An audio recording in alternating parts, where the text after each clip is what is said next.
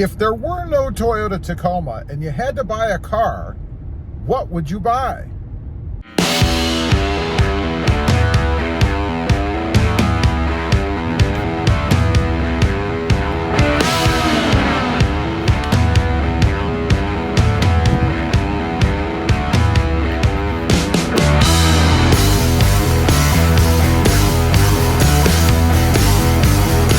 Well, good afternoon, everybody, and welcome back to Robmotive. And I've been thinking, if there wasn't a Toyota Tacoma, if there wasn't an option, and let's take it one step further, there are no trucks out there. Pickup trucks are primarily used for commercial purposes. In other words, you can't buy them for just normal commuter stuff or non-commercial reasons. What car would you buy? I'm out here cruising around, and actually there's a reason for this. You see, I am going to buy a car. It's been a while since I've had a car, so I'm thinking I need to get something.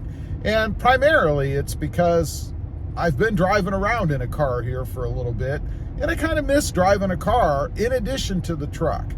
Not to say that I wouldn't have a truck, and not to say that the Toyota Tacoma is going anywhere, because it's not. I love the Toyota Tacoma, and it will continue to be on this channel. The car will be coming to a different channel, my Robmotive MT channel.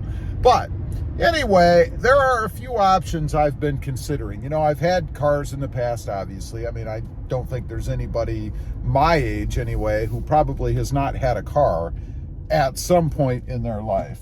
Now, the ones I'm considering, some are a little bit higher end, some are not. Let's start with the BMW.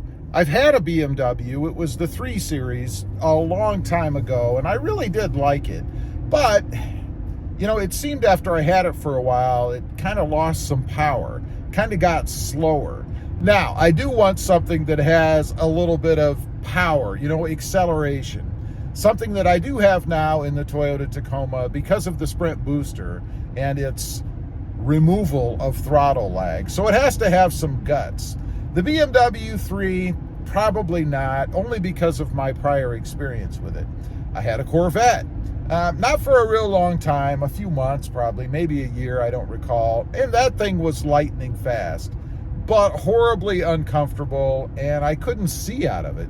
It's really designed to go fast straight, and that's about it. Unless you're on a track with, other cars that are going really fast. Love the Corvette, not something that I'm probably going to be getting. Next up, the Honda Civic. And I know a lot of you are going to think, what, are you nuts? You're talking about these higher end, sometimes luxury vehicles, and you throw in a Honda Civic? I love the Honda Civic, particularly the hatchback manual. That was one of the funnest manuals to drive that I've ever had. I was kind of ruined on that by the moving company that smoked my clutch for me.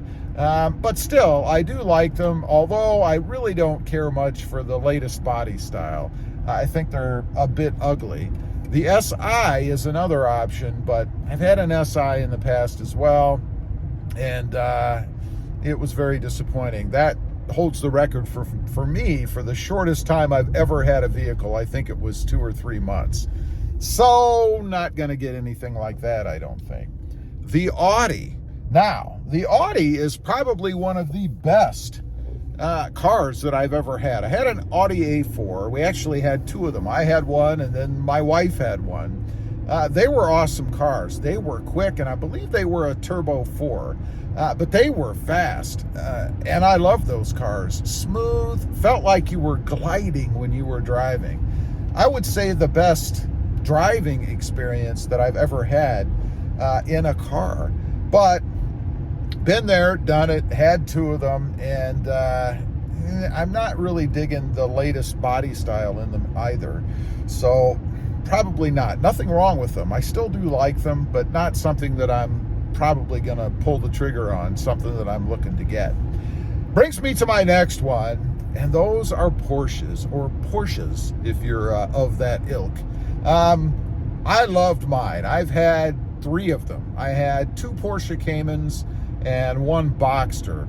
And my favorite was probably a tie between the Cayman I believe it was a Cayman S, if I'm not mistaken, and the Boxster.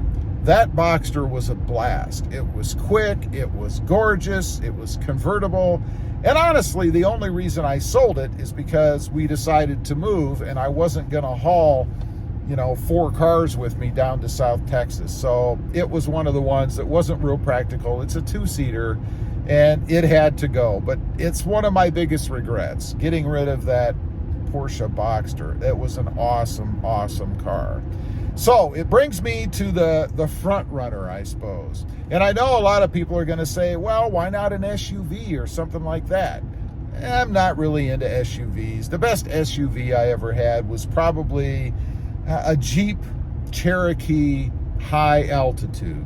That thing was awesome. I really did like that. I took it on a trip from Ohio to Colorado and back, and I gotta say, it was very comfortable, very powerful, cruising through some of the really desolate areas at 105 mile an hour, and it handled it really, really well. But I'm not digging the SUV, so not really looking for one of those.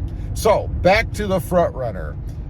It's what I'm in right now. Not this particular car, but a Mercedes. I've had a Mercedes before. I had a C43, and I actually sold it along with the Porsche because we were moving. Again, I didn't want to haul 5 cars or whatever I had at that time from Ohio to Texas. It just didn't make sense to pay all that money to haul all these cars when you can't drive them all at the same time anyway. And honestly, where I'm living at now, there wasn't space for them.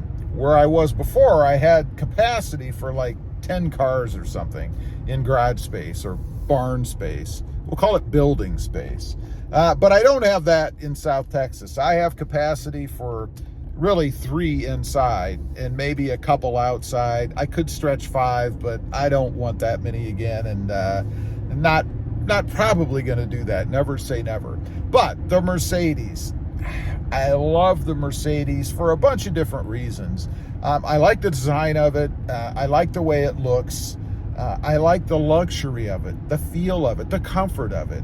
I mean, other than the Audi, it's the best riding that I've ever been in. And even this one, the one we're sitting in right now, is a 2003, I think it is, 19 years old. And it still rides better than a lot of brand new cars do. Power-wise, this one I believe is a 6-cylinder. What I will be a turbo 4. But plenty of power, even on a car, again, of this age. Runs great. No real issues with it. There's been a couple of quirky things, I guess. Turned it on the other day and the radio didn't work.